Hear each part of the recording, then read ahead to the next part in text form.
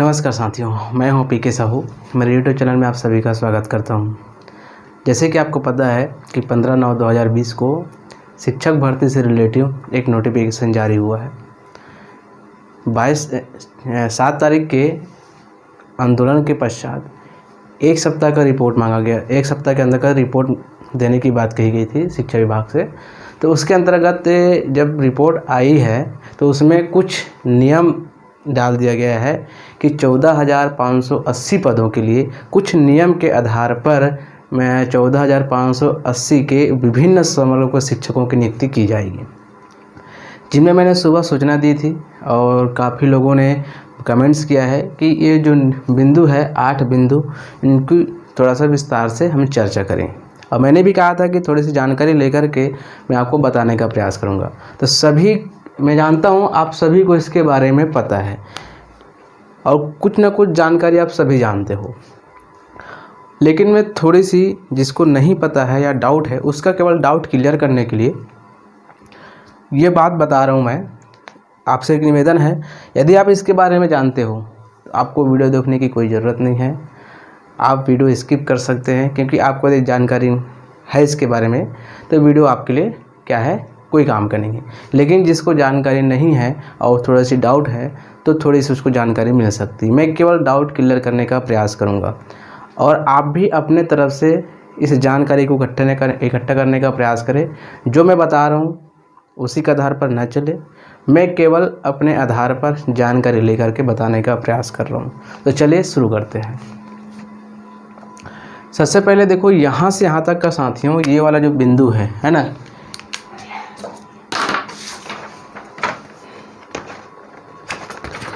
ये जो बिंदु दिया है, प्रावधानिक चयन सूची जारी की जाएगी। प्रावधानिक सूची में सम्मिलित अभ्यर्थियों की दस्तावेज किया जाएगा, सत्यापन किया जाएगा, है ना, दस्तावेज सत्यापन किया जाएगा।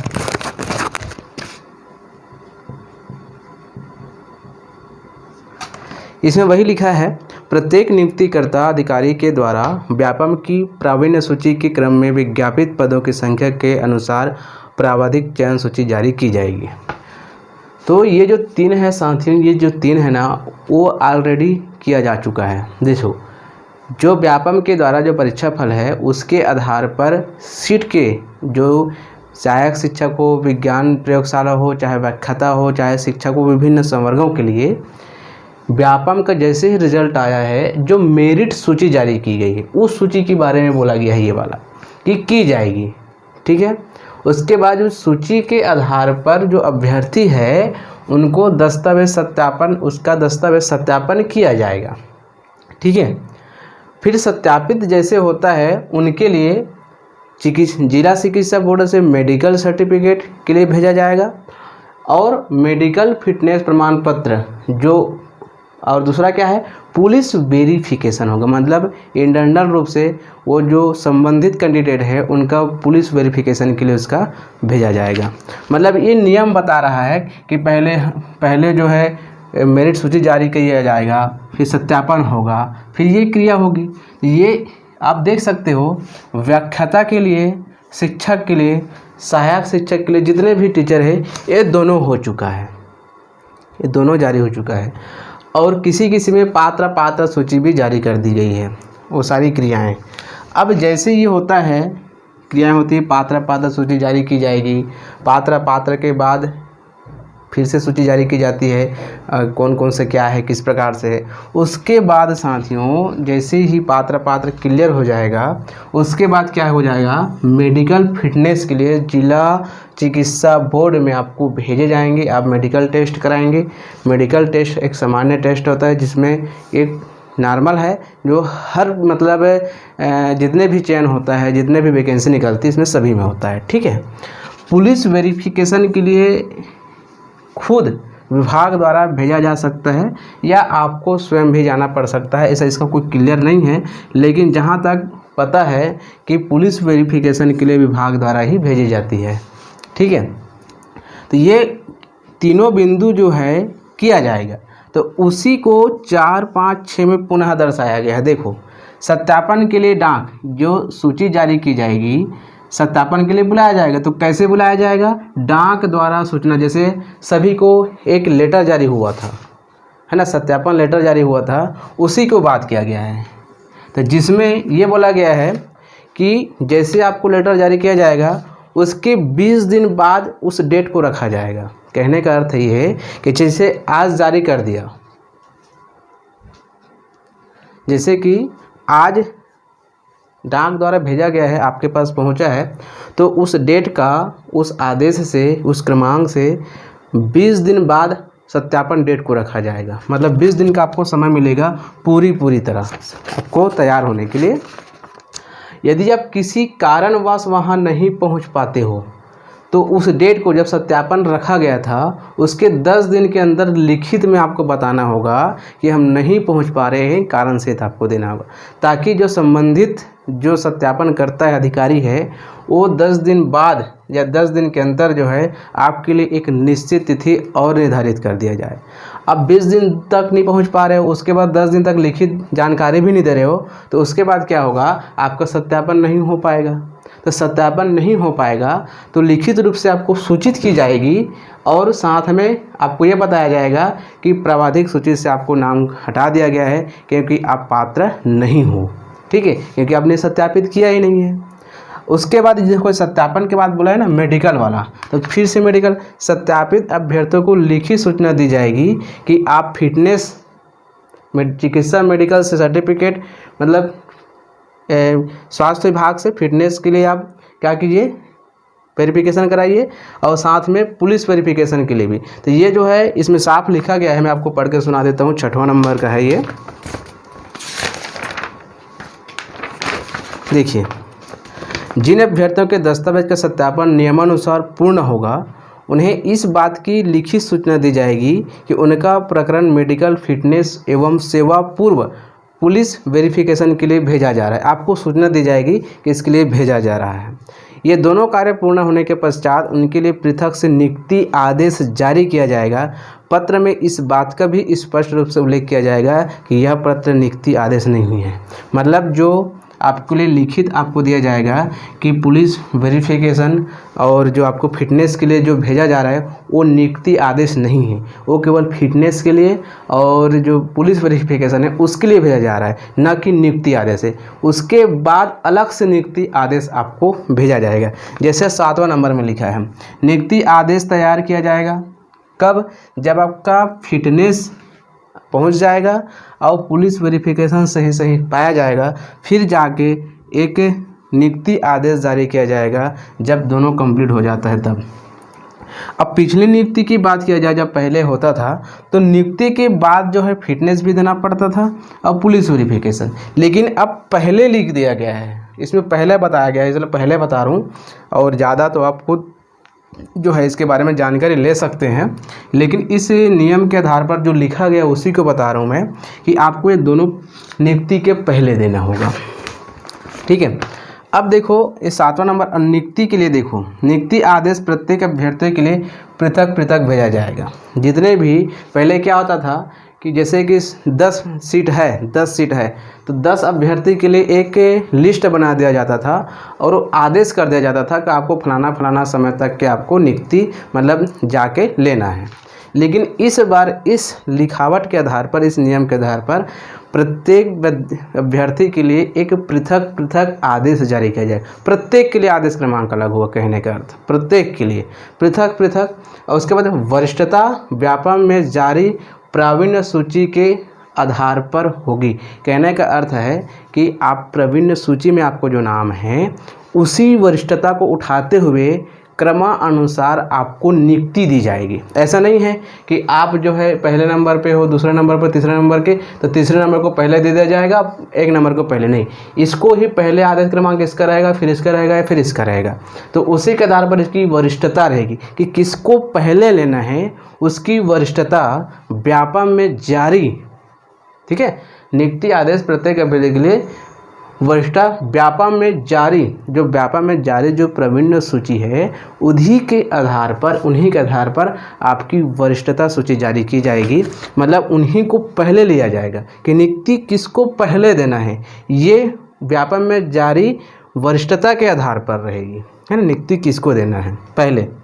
फिर से समझा देता हूँ मैं एक बार। मैं पहले बोल रहा हूँ, आप इससे और अच्छी जानकारी ले सकते हैं अपने स्तर पर। मैं केवल आपकी डाउट के लिए, ये जो क्रिया है, सबसे पहले आपको बताओ, हमने एग्ज़ाम दिलाया, एग्ज़ाम दिलाने का रिज़ल्ट आया, रिज़ल्ट के बाद एक प्रावीण्य सूची जारी किया गया, ये वही है, मतलब बता रहा है कि ऐसे किया जाएगी। उसके बाद इन अभ्यर्थियों के लिए एक दस्तावेज सत्यापन के लिए बुलाया जाएगा, मतलब प्राविधिक सूची में सम्मिलित अभ्यर्थियों को दस्तावेज सत्यापन के लिए बुलाया जाता है, जो कि बुलाया गया था, है ना। उसके बाद जैसे ही हो जाता है, पात्र सूची भी निकल जाती है, तो पुलिस वेरिफिकेशन और फिटनेस के लिए आपको आदेश जारी किया जाएगा आपके लिए। तो ये तीनों किया जाएगा। तो यही चीज़ को ये बोला गया है चौथा, पाँचवा, छठवां में कि सत्यापन के लिए डाक द्वारा सूचित जारी की जाएगी, सूचना दी। आपको पता है, आपको डाक द्वारा सूचना आया था। सत्यापन नहीं होने पर लिखित रूप से सूचना दी जाएगी। देखो, अब सत्यापन जिसका नहीं है, देखो 20 और 10 दिन का नियम चेंज कर दिया है अभी कोविड-19 के कारण, इतना सारा समय दे रहा है, और आपको लिखित जानकारी दी जाएगी, बोल रही है कि आपको इस समय ऐसा ऐसा हुआ है। हो सकता है जिसका सत्यापन नहीं हुआ उसको जानकारी भी दी गई होगी। सत्यापित अभ्यर्थियों को लिखित सूचना दी जाएगी, जैसे फिटनेस व वेरिफिकेशन के लिए कि आप पुलिस वेरिफिकेशन कराइए, और फिटनेस के लिए भी आप जिला चिकित्सा बोर्ड है वहाँ जाइए। मैं इसके लिए बोल रहा हूँ, ये आपको स्वयं को कराना हो सकता है, लेकिन अभी तक के विभाग द्वारा किया जाता था, अभी भी विभाग द्वारा ही किया जा सकता है, इसको स्वयं जाने की आवश्यकता नहीं होगी, ऐसा मेरा मानना है। उसके बाद जो है, इसमें आपको स्पष्ट उल्लेख किया जाएगा 6वें नंबर पे कि ये आपकी नियुक्ति आदेश नहीं है, ये केवल फिटनेस के लिए और पुलिस वेरिफिकेशन आपको डाक द्वारा ही दिया जाएगा, लिखित में जानकारी दी जाएगी। जैसे ही आपकी कंप्लीट होता है सारी चीज़ें, आपके लिए नियुक्ति आदेश जारी किया जाएगा। कब? जब फिटनेस और पुलिस वेरिफिकेशन सही होगा तब। अब नियुक्ति आदेश जो होगा, लास्ट जो बताया जा रहा है, वो व्यापम में जो जारी किया गया था मेरिट सूची, उसी की वरिष्ठता क्रम में आपको आदेश जारी किया जाएगा। उसी में सबके लिए पृथक पृथक होगा। लेकिन अब यहाँ पे ये सवाल आता है सबका कि क्या हमें दोबारा सत्यापन के लिए बुलाया जाएगा?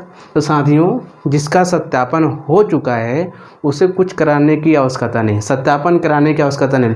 लेकिन आपको पता होना चाहिए कि कुछ जैसे कि स्थानीय भर्ती में, अभी स्थानीय भर्ती के लिए कम से कम लगभग मेरे ख्याल से 2020 पदों पर अभी तक के वेरिफिकेशन नहीं हुआ है, उसको नहीं बुलाया गया है इतने पदों के लिए। तो ये सारी चीज़ें जो है 1 2 3 4 5 6 यहाँ तक कि इनके लिए अभी लागू होता है, क्योंकि वेरिफिकेशन तो हुआ नहीं है, तो इनको ज़रूर बुलाएगा। दूसरी बात, जैसे व्याख्याता में पद नहीं होने पर पुनः बुलाया गया था, हो सकता है शिक्षक हो, है ना, आपके और किसी भाग में उसके पात्र सूची जारी होने के बाद पुनः वेरिफिकेशन के लिए बुला लिया जाए, तो उसके लिए लागू होगा। लेकिन जो वेरिफिकेशन करा चुके हैं उसके लिए यहाँ से यहाँ तक का लागू नहीं होता। केवल ये भी लागू होता है कि आपको फिटनेस और पुलिस वेरिफिकेशन कराना है, ये आपके लिए लागू होता है। ठीक है। अब रही बात जो है सत्यापन के लिए, तो देख लो, यदि 1 अक्टूबर को सत्यापन कराया जाता है किसी वर्ग में और बुलाया जाता है वेरिफिकेशन के लिए, तो उनको लगभग इतने दिन का समय जो है गुजरना पड़ेगा। मतलब 1 अक्टूबर को जारी होता है तो 20 तारीख को समय दिया जाएगा, किसको?